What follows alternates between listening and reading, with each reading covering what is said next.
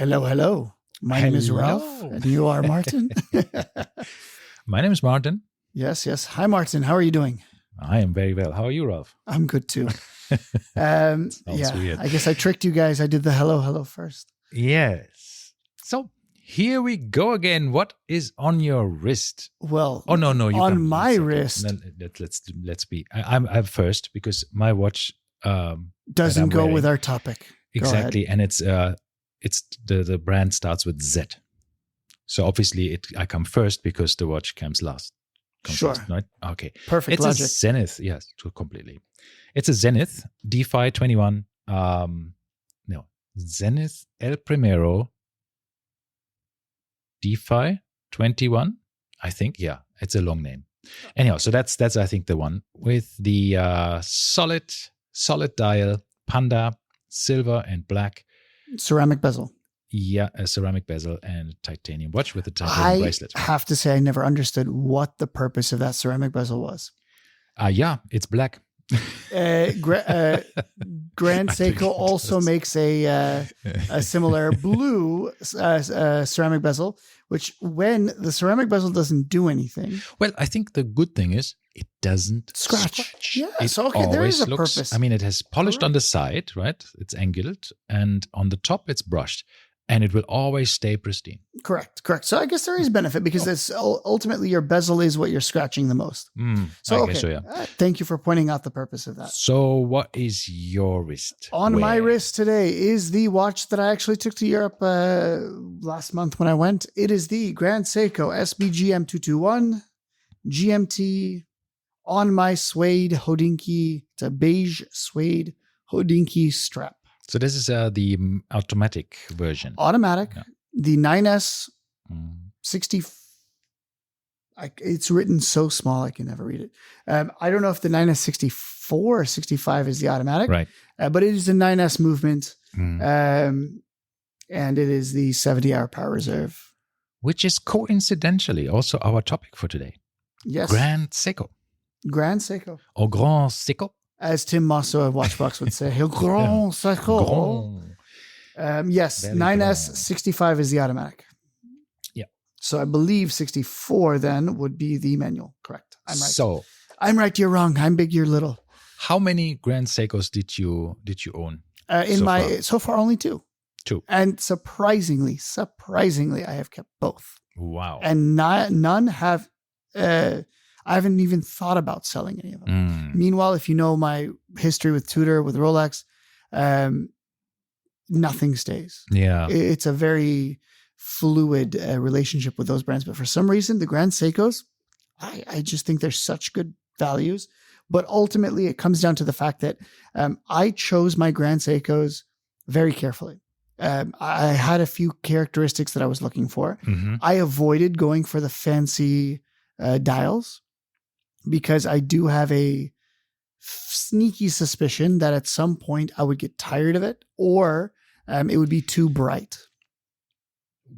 Recently, I had a discussion with myself about what makes a watch iconic, right?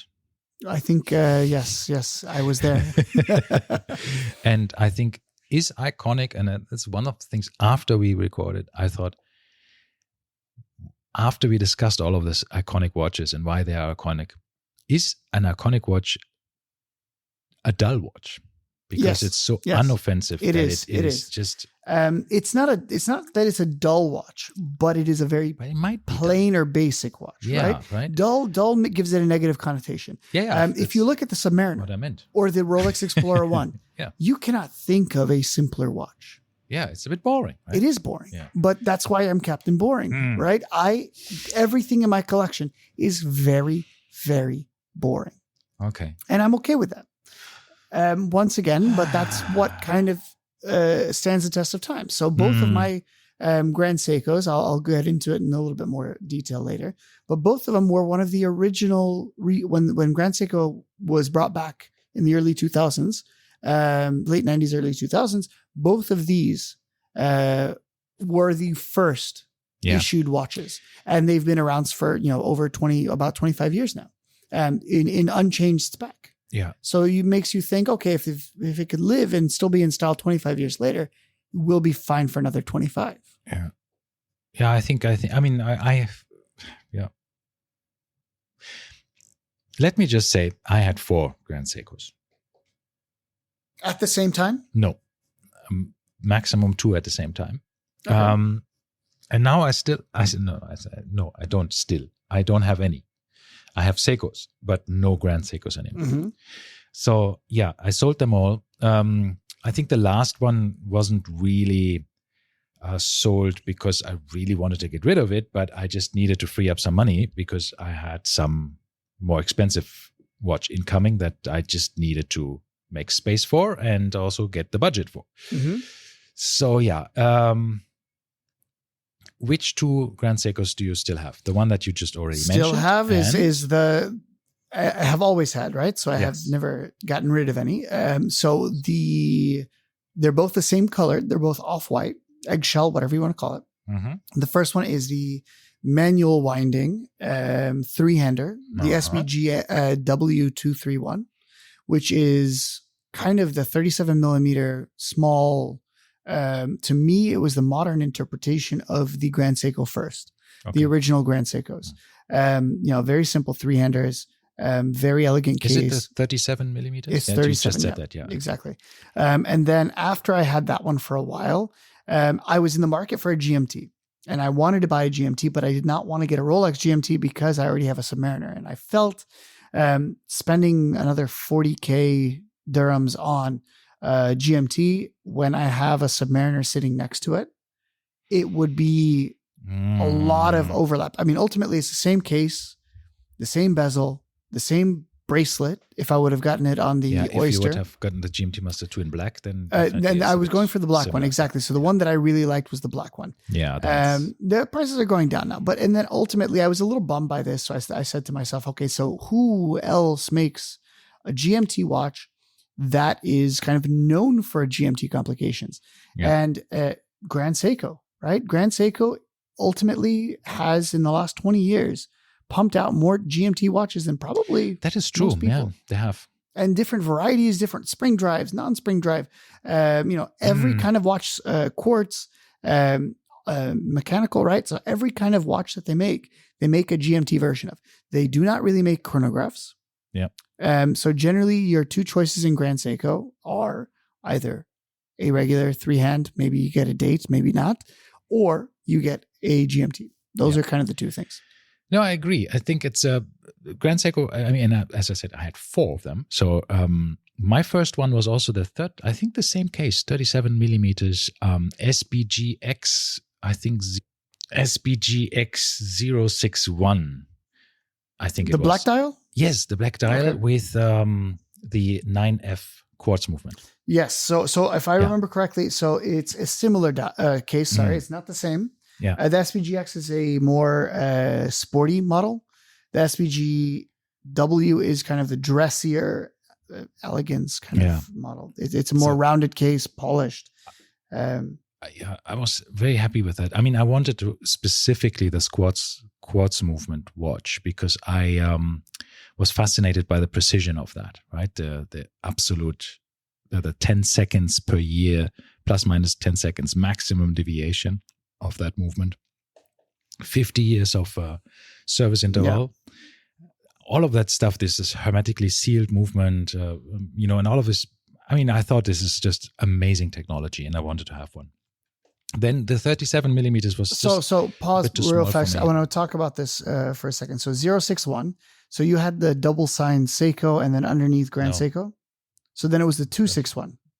Yes, 261. Yes, yeah. So you said 0. So here's I've mentioned this before, right? Yeah. If it has a 0, so it has a lettering and then a 0 after it, that means it's one of the original models.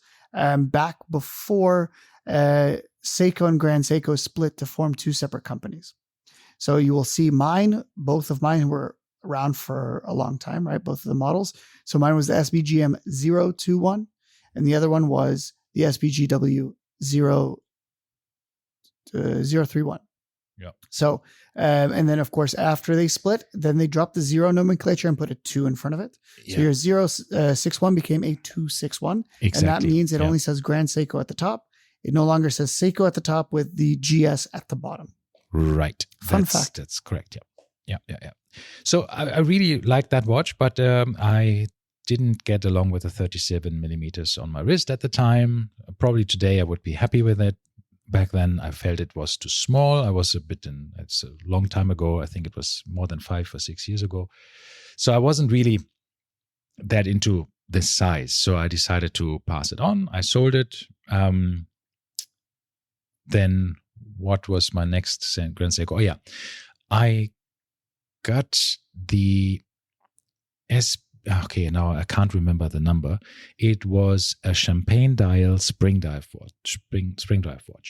Okay. From the Heritage collection. So SBGR.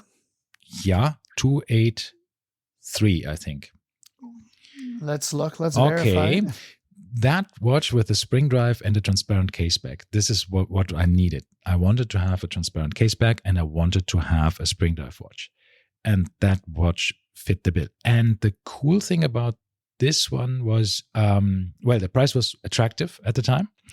And the spring drive for me is just such a marvel of engineering from of how much of work went into that. They developed this movement for 21 years. Yes, exactly. So this is the SBGA. SBGA, yes, 437. Yes. What, 437? 437. No, that was not mine. So there's that's a new one. The 437 is relatively new. I think it's a bit bigger. Mine was, I think, 40 millimeters or 39. Not so sure. All right, going on. Yeah, it's fine. Anyhow, that's fine. It. But the same sort of design. 373? No, 3. No. No.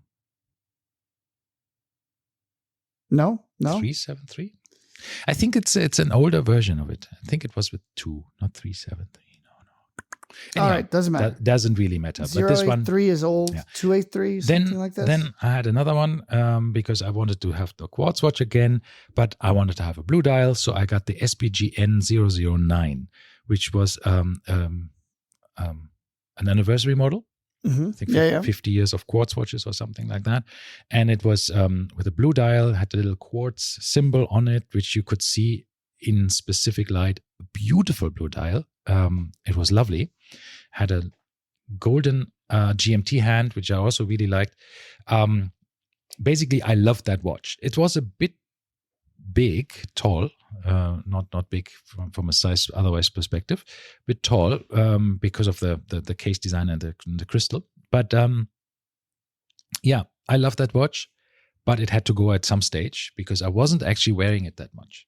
So even though I liked it a lot, and I still think about it, and I thought about buying it back again. Oh, buying it back, that's always a terrible idea. I know. That's why I refrained myself. But there's I've done a couple it before. of... It's never worked out well. I always think, okay. You have this honeymoon expectation in your mind. You bought this watch. You love this watch. You didn't wear it, and that's why you sold it. So buying it back. Why will you want to have it back? But you somehow miss it, right? So that's the weirdest thing. Why? Anyhow, so my point there is I like this watch and I love the GMT and it's a quartz. And it was, I think, because it was an anniversary model, it had the little star on it. Mm-hmm. Yeah. And if it has a little star on the dial, then the movement is actually regulated to plus minus 5 seconds a year instead of plus minus 10 seconds a year. So it's double the amount or double the precision, basically. So a lovely watch. Okay, I sold that as well eventually. Then I had one from a friend. I bought an SBGE 205 spring drive, also with a champagne dial, but a GMT spring drive. Yep. Sorry. That my first spring drive, I think it didn't have a transparent case back. Or did it? Can't even remember anymore. Anyhow, but this GMT had beautiful movement. Yep. Beautiful watch. And that champagne dial wasn't very champagne-y. It was more silverish. Okay. So sometimes they have a bit There's a lot because once again, as I said, both of my watches, if you look at a picture, it looks the same, right? It looks like they have the same color dial. However, the small one, the SBGW 231, has a silvery, as you say, dial, but also on top of that is a sand blasted texture. Yeah. As opposed to this one, which is also a creamy, cream color, whatever you want to call it. But this one isn't a glossy, whatever you want to call it, texture, a enamel style dial. Yeah, that's true. So it's totally different. But different. Once again, you tell a person, or is there a difference between these two colors? They're going to say no. Yeah, after living with them for a couple of years, yeah, there is a big difference. Did you know that the champagne dial is one of the hardest dials to make for a Grand Seiko? Yes, I did. 50 steps, 50 different steps to get the champagne dial. And it's being made of whatever, gold-plated, then repainted, then whatever. Which is really funny. It's amazing. I think it's the same for Rolex. The silver dial is the hardest one for them to make as well. But which is the plainest one. Exactly. That's so funny. And also for Grand Seiko, it's the one that everybody's like, the champagne, And it's actually really the most sophisticated one. Yeah. Very, very interesting. Anyhow, but I ended up not having any of these anymore. I am sort of a bit over Grand Seiko at the moment. I have no idea why, really. Blasphemy. Yeah, it's weird because I respect Grand Seiko a lot as a watch manufacturer, as a company. I really think their movements that they have developed are fantastic. The spring drive, their quartz movement are, together with Citizen, second to none. There's hard to make these kind of good quartz movement. I know that Swatch Group, ETA Group has some super quartz movements as well, or thermocompensated movements that are in a similar precision range. But I think from a it's the only quartz watch that has a transparent case back. Right? Some of the Grand Seikos. Yeah, of course. Because they're actually very well made. If I'm not mistaken, no, it's a lie. It's a lie. The FP Journe correct, yes, Elegante right. also has a transparent case back. Yes, that's true. And that's also quartz. Yes. And it has a micro rotor for seeing if you're wearing it or not.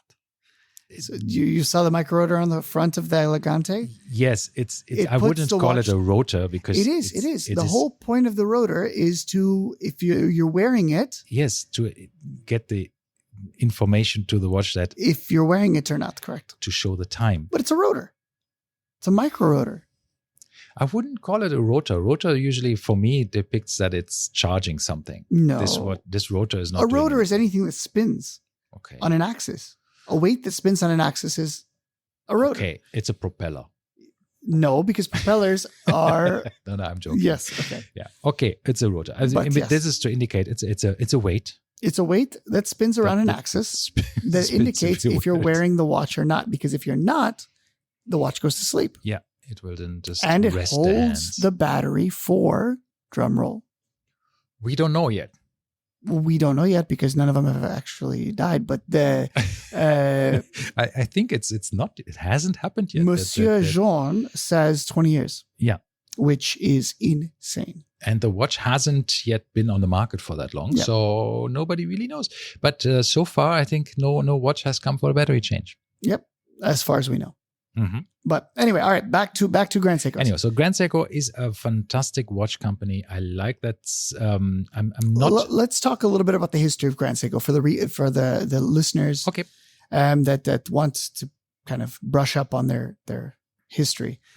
So where do we want to start? Well, Grand Seiko, before it was Grand Seiko, was obviously Seiko. Well, there was Grand Seiko. Seiko before it was Seiko was Seiko Sha, right? Which before that was something else, which I've since forgotten. But the founder basically created the Seiko watch company. Mm-hmm. And they made watches. Very simply, right? Yeah. But over time, and this has been around since late 1800s. So they've been around for quite some time. They start making watches. And before the quartz era, they wanted to make a very, very high precision mechanical movement. Mm-hmm. So they made actually two companies. One was called Grand Seiko. The other one was called King Seiko. And they basically said, okay, you two battle it out and figure out who can make a better watch. So this brought in a lot of this internal rivalry and Grand Seiko ended up making a very highly regarded mechanical movement, which they then sent to Switzerland for the Swiss chronometer trials. What do they call it? The observatory trials. And what was funny is at first they were losing, and the Swiss were laughing at them. Oh, these guys don't know what they're doing. But in a matter of a couple of years, they went from like 300th place to first. They won first place, I think, 4 or 5 times in a row. And then the Swiss said, okay, we're not doing chronometer trials anymore. So they got very offended by the fact that the Japanese were winning their Swiss, prestigious Swiss prizes. And what do you do when you lose? Instead of making things better, you just say, okay, we don't do any competitions anymore. Exactly. And then, of course, what happened afterwards was Seiko. Sore losers, I would say. Yep. Seiko basically hedged their bets and said, okay, we're moving to quartz. This was in the mid 70s, something around there. They started making, late. It was 69, I believe the first quartz watch came out. So they started making quartz. They went very heavily into it, decimated the Swiss market, as we know. The Swiss call it the quartz crisis. The Japanese call it this quartz revolution. From each side, it's a different story. But what did end up happening is they did make a few quartz Grand Seikos, but ultimately Grand Seiko as an arm of Seiko was shut down. It was defunct. And King Seiko as well. King Seiko went first. Grand Seiko went second. And then nothing really happened for quite some time until the late 80s. Grand Seiko came back and they made some quartz Grand Seikos. But it wasn't until, I think, 1998-ish, I think, if I'm not mistaken, that Grand Seiko made their first mechanical movement again. Yeah. So it was quite recently in the grand scheme of things. It was about 25 years ago that Grand Seiko re-entered the market, the watch market, with mechanical movements. And then it was not until, I think, 2010-ish, 2015 that they went global, because up until then it was a Japanese domestic product only. Yeah, exactly. And now they have these micro artist studios. They have these movement manufacturer studios. They have, I think, 3 or 4 different studios where certain parts of Grand Seiko watches are being produced. And to a certain extent, some of the King Seiko parts as well. Well, this is a big issue right now, is because the King Seiko, the new King Seiko line that has recently come out, a lot of people are complaining about it because previously King Seiko would have a movement that would rival Grand Seiko. And currently, if you buy a King Seiko, you're getting a Presage movement. Correct. This is the 6R35. Yes, which is nowhere even in the same realm. No, as a 9S. You get this in the $1,000 watches, or even below $500, $600 watches. You can get sometimes this kind of movement, exactly, which is a good movement. 70-hour power reserve. But the issue is that it's not King Seiko. No, it's not King Seiko. But the King Seiko has a very nice case and a very nice bracelet. It does. It is really fantastic seeing it in person. I wasn't such a fan of the watch when I saw it first and on pictures, but then when I saw the watch in person, especially with the bracelet and how nice and shiny it is and how reflective and how well finished it is, I thought, very nice watch. But you're absolutely right. The movement is a bit of a disappointment for a King Seiko, which should be competing with Grand Seiko. But we have forgotten one more watch brand in the Seiko. So before we get, which one are you referring to? Credo. Oh, yes. Yeah, we did forget. So once again, a lot of us think Grand Seiko is the pinnacle. But no, actually Credo is the pinnacle of the Seiko house, so to speak. Credo is an insanely high-end watchmaker to rival, your top, who do they rival? Your FP Journes, so to speak. Hand-painted enameled dials. They're using their spring drive movements. It's a very, very high-end watch. I think the cheapest Credo is starting around $50,000 US. Yeah. So when 6 years ago, when they completely went independent with 2017, right, as an independent Grand Seiko brand, I think we saw also in Grand Seiko some of these bit of Credo-ish development, right? In Mhm, 2022, we had this Kodo constant force tourbillon. Yes. The 003 SLGT, I think. And that was, I think, I don't know, it cost nearly €500,000 or something. It was a very expensive watch. $500,000, yeah. And then, but the big thing about that was, it was once again, so it was a tourbillon, which we know what a tourbillon is, right? Yeah. It's dispersing the force of gravity. But at the same time, it's a constant force, which means generally a regular watch, a mechanical movement, when it's wound to the tightest setting, it will release more torque than at the end of its life, right? At the end of its run. So therefore, a constant force tourbillon equalizes this torque. So it's always producing the same amount of torque, which means your watch is always going to be accurate. Yeah, that's true. And I saw a couple of minute repeaters as well that were shown to me in some of these boutiques and private events. And I must say, it's absolutely amazing of what the watchmaking expertise is for Grand Seiko. Yeah. I think they have amazing watches. Let me ask you a question, just to spruce things up. What do you think about the whole Zaratsu polishing? So is that something that you actually feel like, is that really setting anything apart? I mean, from all my watches. Excellent question. I've thought about this before. So once again, Zaratsu polishing, I think we mentioned this in previous podcasts as well, comes from the German word Zolatz, right? Yeah. Which is the polishing machine that the Japanese imported from Germany into Japan, and then they couldn't pronounce the name of it. So Zolatz became Zaratsu. And yeah, which is the funny thing is, Japanese can't pronounce the word, the letter R. Mm-hmm. So it's Zalatsu. Okay. Or Zalatsu. Whatever you pronounce it. Yeah. The R is not pronounced. It's written Zaratsu with an R. But it's pronounced Zalatsu? Yeah. So from Zalas. Yes, right? Zalas. So ultimately, it's a black mirror polishing is what they call it, right? Yeah. So that's what the Germans call it. Yeah, polishing, yeah. And it's supposedly one of the top types of polish that you can have. So now the question is, do I see a difference? Yes. Exactly, because yes. Just one thing, black polishing means when you black polish something, that means that it's so highly reflective that at certain angles, it's black. And it will look black because it's really 100% reflecting. Now the question is, how long will it stay like that? Because you're wearing it and scratching it as we go along. Right? 100%, yeah. So, but right now I do notice. So generally speaking, on the case itself, I do not see. I mean, when it was new, of course I saw it. It was insane, right? But I've had the watch for a couple of years now, so it's become, and it's a watch I wear a lot. So it's not as highly polished. But where I do see it is on the indices. On the indices, I think that's where it does not get affected or scratched by anything else. The hands in the indices reflect light like no other watch I own. And this is the only thing that I can compare it to is the white gold bezel, the fluted bezel of my Datejust. The way that it just spreads the light. I think the one, you're right in this way. I think that the indices are so highly polished and they reflect so much of light, even that when there's no Lume plots in it. In the Lume Plotter podcast, watches with no Lume plots.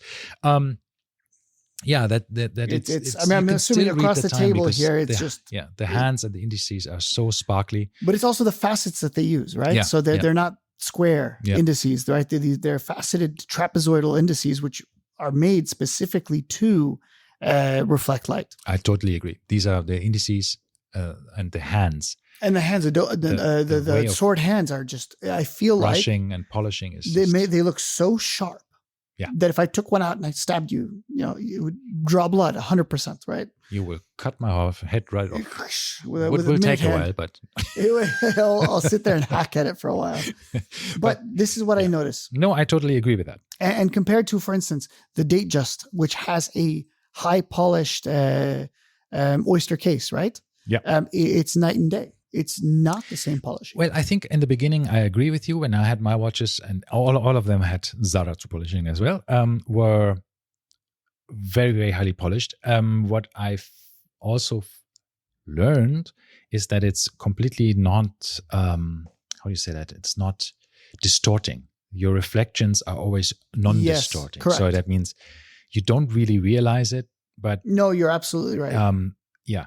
So that means when anybody polishes that watch, which is not Grand Seiko and doesn't apply the same care, you will probably see distortions eventually.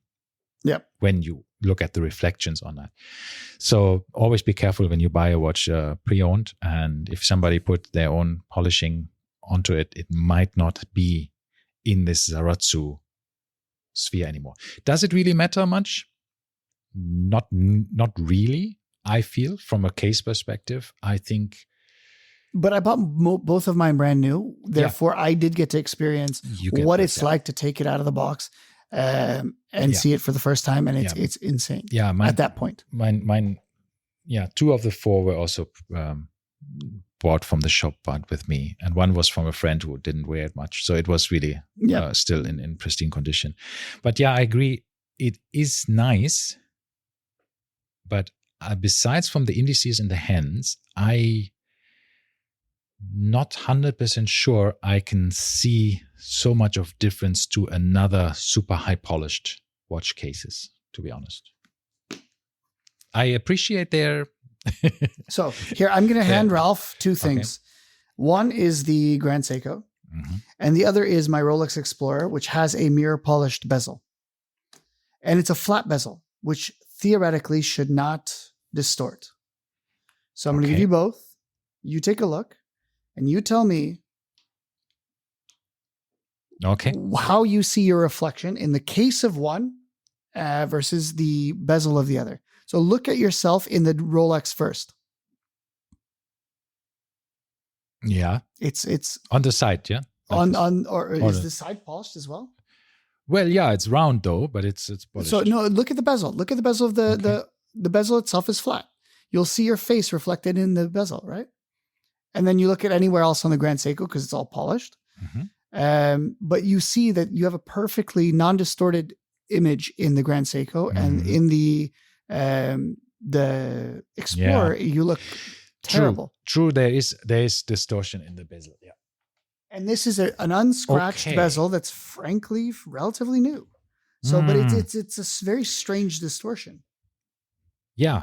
It looks hazy. But the reflection is hazy. Yeah, but what you have to look for it, my point there is that something you would miss if you don't have it? No. But I mean, but it's nice to know that it's there. But as you said, you could look at the side and just look at how hazy both watches. This is surprisingly newer. My Explorer is newer than this Grand Seiko. Okay. And you look at the case sides, and each one has been probably worn the same, but you can see how much clearer your reflection is in the Grand Seiko. So finishing your history lesson from before. So we have basically established that there was these 2 companies, King Seiko, Grand Seiko, and now we have the third one, Credor, that is in the mix. That's also being resurrected to a certain extent, or is back in the news as well. So we have these 3 lines, including Seiko, 4 lines basically. While being sometimes, Grand Seiko as an independent company, still fully owned by Seiko, obviously, or Seikosha or Epson or whatever the whole setup is, it's complicated. I still think the Seiko in the name, except with Credor, makes it to a certain extent hard for them. Yeah, I think so. A lot of people that kind of level look at a brand and say, why would I spend $10,000 on anything that has Seiko on the dial? And that takes a lot of resistance, I guess, to overcome that resistance. Yeah, I've seen a lot of these discussions in forums, and a lot of people are of course reluctant because they say, it's a Grand Seiko, but it's still a Seiko, right? Yeah, ultimately, it doesn't matter. It's a Maybach is also a Mercedes. Exactly, and this is kind of exactly what we're talking about in this case. But the problem is Mercedes is already a valued brand, and Maybach is even higher, right? When you look at Seiko, a lot of people still in their minds are looking at the $30 Seikos that you can buy right now on Amazon. Yeah, that's true. And that's what we're comparing it to. So it's like saying, Hyundai is making a uber luxury, Genesis uber luxury. Genesis is basically is their brand for. Yeah, but it's not what's it called? It's not it's not Lexus. a Maybach. No. That's what I'm saying is imagine if they skipped Genesis and went straight to the top end. You would laugh a little bit, right? And that's kind of what Seiko did. They went from being a nobody, domestic market watch producer for Japan, which made, watches in bulk, to creating, competing and winning, the Swiss observatory trials against Omega and Rolex. Yeah. But that's history. That's history. Now, there are not trials anymore. Seiko does have a slightly stricter regulation than the chronometer standard. I think they shaved off 1 second, like 5 to 3. I think plus Grand 5. Seiko. Yeah, Grand Seiko. Yeah, not the regular Seiko. No, regular Seiko's there. Depends, right? Let's talk a bit about this overlap between Grand Seiko, the Presage line, for example, then the Seiko lines. I mean, there's now an exchange in movements. Spring Drive was in the beginning exclusive for Grand Seiko, for the Grand Seiko branded Seiko watches. So what is Spring Drive? You want to give us a Yeah, sure.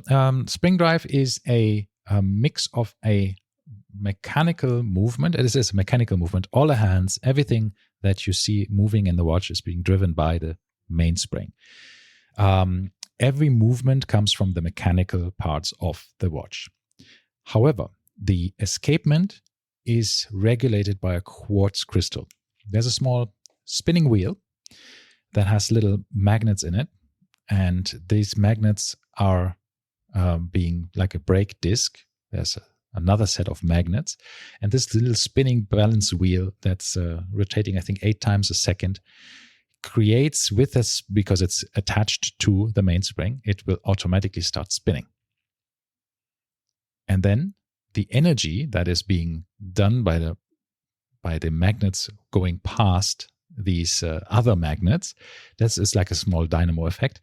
They create a small amount of electricity, and that is extremely small. It was so small that it took them 21 years to actually get the integrated circuit in a such power efficient way that this amount of energy that is being made by this wheel is being used to run the quartz crystal and then break that same wheel that actually generates the energy again. Yeah. So the power, once again, the power that we need for this, if everybody in the US, 330 million people wore a Grand Seiko, yes, the amount of power consumed, or generated by these watches, would be less than what it takes to power one light bulb. Yeah. So that's how much, literally. That's how little. Yeah. That's how little energy. You couldn't run a 100-watt light bulb with it. Yeah. All right, go on. So that's really fascinating. And then this wheel that spins that generates the energy is then also used to break the balance wheel again. So when you have a spring drive watch and you don't use it for a long time, so it's the mainspring is unwound, and you wind it, that's when you see that the first 5 to 10 seconds, when this integrated circuit has had a small capacitor in itself, I think there as well. So it keeps a bit of, it needs something to wake up basically. Yep. So it takes like 3 to 4 seconds where the second hand goes a bit fast, sometimes 5 seconds. And then it starts working. The quartz crystal starts regulating and breaking the balance wheel to the right amount of time, and then you see the second hand in this signature gliding. Yep. In the proper speed. So, and that's it's regulated to half a second a day roughly, so about plus minus 15 seconds a month. I never had my watch going fast or slow more than 2 or 3 seconds a month. It was extremely precise, which is amazing for a watch that is still entirely mechanical, except the escapement. So that the only thing that usually the ticking, this little anchor that goes back and forth on the wheel, and the balance wheel that swings back and forth in a normal mechanical watch, that is being replaced by this balance wheel that just it's an electromagnet. But again, this is when people saying, but it's a quartz watch. No, It's still a mechanical watch. The escapement is replaced, but anything that drives the hands, anything related to that is still entirely mechanical. The only thing that is not mechanical or quartz driven and quartz regulated is basically this little escapement. So once again, I truly admire spring drive, but I do not own one, nor kind of want to buy one. And the reason for this is I do have this mentality of I don't want to pay that much money for something that is going to be extremely difficult to service. That's the first thing. We know spring drive movements have to be sent back to Japan to be serviced. And secondly, I still don't like the fact. I think not anymore. I think now they have, 2 or 3 other places in the world that can also service them. Maybe. Yeah, I think you're right. Yeah. I think they mentioned in New York or something, New Jersey has one. But ultimately, and I don't like the fact that it has an integrated circuit. It still ultimately has a circuit. And that to me, when my passion is mechanical watches, I want them to be entirely mechanical. To me, this is the equivalent of when we're starting to get into these modern era cars, like your Touareg, for instance, where they're still highly electronic, right? Yes, it's still a mechanical car. It's not an electric car, but there's so much electronics going on that contribute to the driving of that or the working of that car. When you look at, something vintage, when we look at watches, we kind of think about them in a vintage form. But if you look back at, like a 50s car, it's not going to have any of this. And that I like. I like how brutally I know there's a lot pure of it is. A lot of people who are also saying like, but silicone hairsprings, blasphemy. I It's want still a metal. It's still I don't care about. But once again, all of us have our stupid OCDs. And for me, this is one of them that I don't want a single piece of electronics in the watch. And I admire what they made with the spring drive movement. I just personally wouldn't get one myself. I prefer their mechanical movements. So here's my and their high beats specifically. Yeah, high beat also very nice, 36,000 vibrations per hour. And they make a lot of them. Yeah. I'm wearing a Zenith, as you know. Which is also high beats. It's also 36,000 beats per second. But I also have this party trick here. That is 300. Do you hear that? That sounds like a light bulb that's about to burn out. That's the second hand goes around the entire dial in 1 second. So I can measure 1/100th of a second with this watch. It's a second movement inside this watch case, which has a 360,000 beats per second. Yeah, which is 10 times what 10 times what high the beat mirror is. Yeah, and it's but it only lasts for half an hour. You can measure a maximum of half an hour events with that. But it doesn't affect the movement of the original watch. No, which is what's cool about it. Yeah. It's separate, yeah. Which is also a bit funny because you have the automatic rotor charging the normal watch, but the chronograph has to be manually wound itself, and it has a power reserve indicator for that, so you know that's cool where it is. Which is also one of the things that I really like about Grand Seikos. Most of the Grand Seikos, especially the spring drives, have a power reserve indicator. That's a bit of a Grand Seiko thing. Yes, but here's my issue. And my wife hates the power indicator on the Grand Seikos, and I tend to agree. I think power indicators are okay on manual wind watches. However, when you're wearing an automatic watch, when you're generally, wearing it, you don't need a power indicator.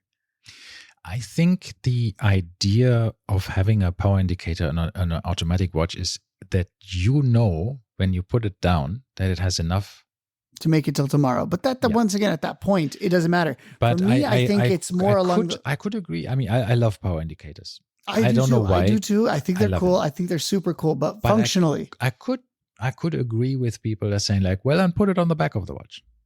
And which Grand Seiko has been doing for quite some time now. And I could say that is good because sometimes I do understand when people say like the symmetry is a bit, disturbed. I'm not a symmetry person, so symmetry doesn't do it for me. No, but for I me, think it's practicality. The position of the power reserve indicator it's big. It's a big one too. It's sometimes a bit odd, right? So you feel like, okay, maybe they could have done a different job because look, there's other ways of showing the power reserve, right? I mean, there's Moser has done some interesting ways of doing that. I think Leica, was it the Leica watches that had the power indicator? No, I think it was Nomos. Nomos had some power indicators with different wheels and other things. And you can do a lot of different ways of showing it. And you could also show that in a sequential line, right? When they have this little roll. Retrograde? Yeah. No, not retrograde. I mean, when you have a small roll that goes on like these barbershop signs. Oh, yes. Yeah. These kind of things. There's a lot of ways of how to show that. But I do understand if people complain about the power reserve indicator on the main dial and being off-centered. I wouldn't mind if it's on the back, because when you put the watch away, then that's where you can see it and check it. But yeah, I sort of like it on my watch, and I was extremely surprised, especially with any Seikos, because I think the magic lever, that is one of the things that they use on their rotor, which is a patented thing, of how efficient the winding is. So this is one thing that I have to mention. For my Rolex, for instance, let's say I have a dead Rolex and a dead Grand Seiko. For the Rolex, I would say probably it's going to take me about 15, 20 turns of the crown for it to really get going. With the Grand Seikos, I think about 3. 3 turns of the crown. And on the SKXs, for instance, or my old Seikos, you pick it up and it's already going. Yeah, and I don't know how. Try that with a Rolex. You beat it, you whip it around, it's still not going to be going. Yeah, that's the thing. When you have a power reserve indicator, you see how much power you generate by just wearing it, right? So if I compare this to my 2892 based watches that have a power reserve indicator, and I wear the watch 3 hours, 4 hours, it's probably already halfway through the power reserve, the Grand Seiko. While my ETA-based watch is probably 1/3 maybe. So after a full day of wearing, sometimes my ETA is not full, but most likely my Grand Seiko will be pretty full already. Yeah, I never have any idea of how full mine are. I don't have a power reserve indicator. Yeah, but it's so efficient of how they actually, as you said, when you pick up a Seiko, the normal Seikos, you just pick them up and they start already ticking. Yeah.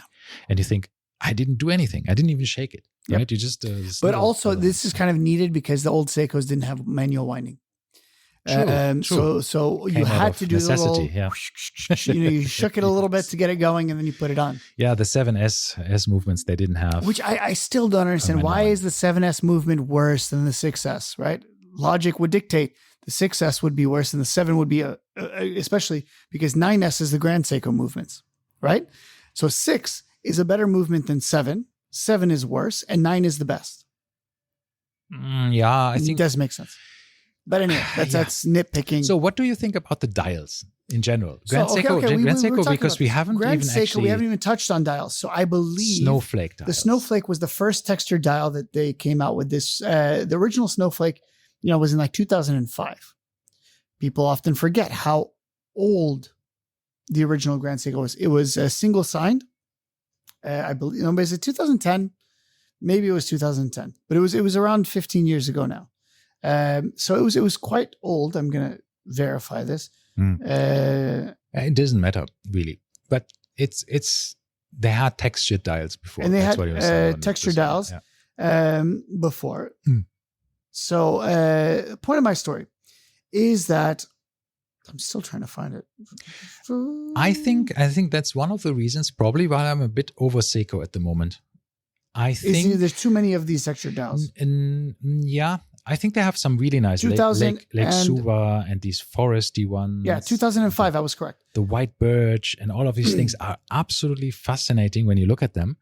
But I think other brands have also come a long way now with their dials. But this was, once again, 2005. Yeah, I know. So, and then 2010, they did it globally. But 2005, it was a Japan-only model. But the point is, in 2005, this would be nuts to see this on a watch. Yes, and it was. The Snowflake was also, I was fascinated by it, and I wanted to have one. Me too. But I never did. No, I never did, and it was too expensive. Now it's very affordable, pre-owned. The Grand Seikos, yeah. The titanium Snowflakes, but I just feel like, nah, so it's not anymore. I don't know why. You're talking to the crowd here that chose to not buy the textured dial. So I have to say that when I was looking at my Grand Seiko, why did I choose not to get a textured dial? Firstly, both of the watches that I have, I mentioned, were from the old catalog, which were old prices. Grand Seiko has not increased their prices on the previous or the old generation of stuff. The new stuff, as they come out, get more and more expensive. The old stuff stays the same price. So when I was buying my GMT, I was comparing it to the exact same case called the Shosho, which is a blue textured dial. Same. Okay, that one's a high beat. Let's ignore that. High beat versus non-high beat, but ultimately it's the same case, same crystal, same almost everything. Yeah. But it was 50% more expensive for a textured dial. And that really gets to show the kind of bargains that are out there to be had, even brand new with Grand Seiko. Wow. I mean, for $4,000 around, you're getting a GMT movement in a Grand Seiko. Yeah. Yeah, that's the thing. I mean, I wouldn't exclude Grand Seiko as a future watch in my collection because I really like the brand. But I'm not so sure which one it would be. And this is one of the things that I think there's so many offerings. It's very, very confusing. Yeah, the high beat is lovely, but I'm also still a big fan of the whole spring drive. I really appreciate their quartz movements. So, yeah, it's tough. Sometimes too much choice can be also bad, right? There's too much to choose from. What was it? Paralysis by choice? Yeah. The paradox of choice. This is kind of one of my issues. One of my favorites, though, is the simple 3-hand spring drive, the one that shares the movement basically with the Creedor Ichi 2, which is, I think, the SB something 007, SBGY, SBG something. That's why I actually like when they have started. SBGY, I got it right. When they started to actually give them sort of nicknames, like Suwa, White Birch, Snowflake, because this whole SBG. This is the Suwa, I believe. I think I'm not so sure if it's this is Suwa. the one. No, this is the other one. This is the White Clouds something. No, this one has a name. But also, this is one of my favorites. The SBGKs. If you remember these were super cool. It was a simple SBGK 007, right. I believe it is.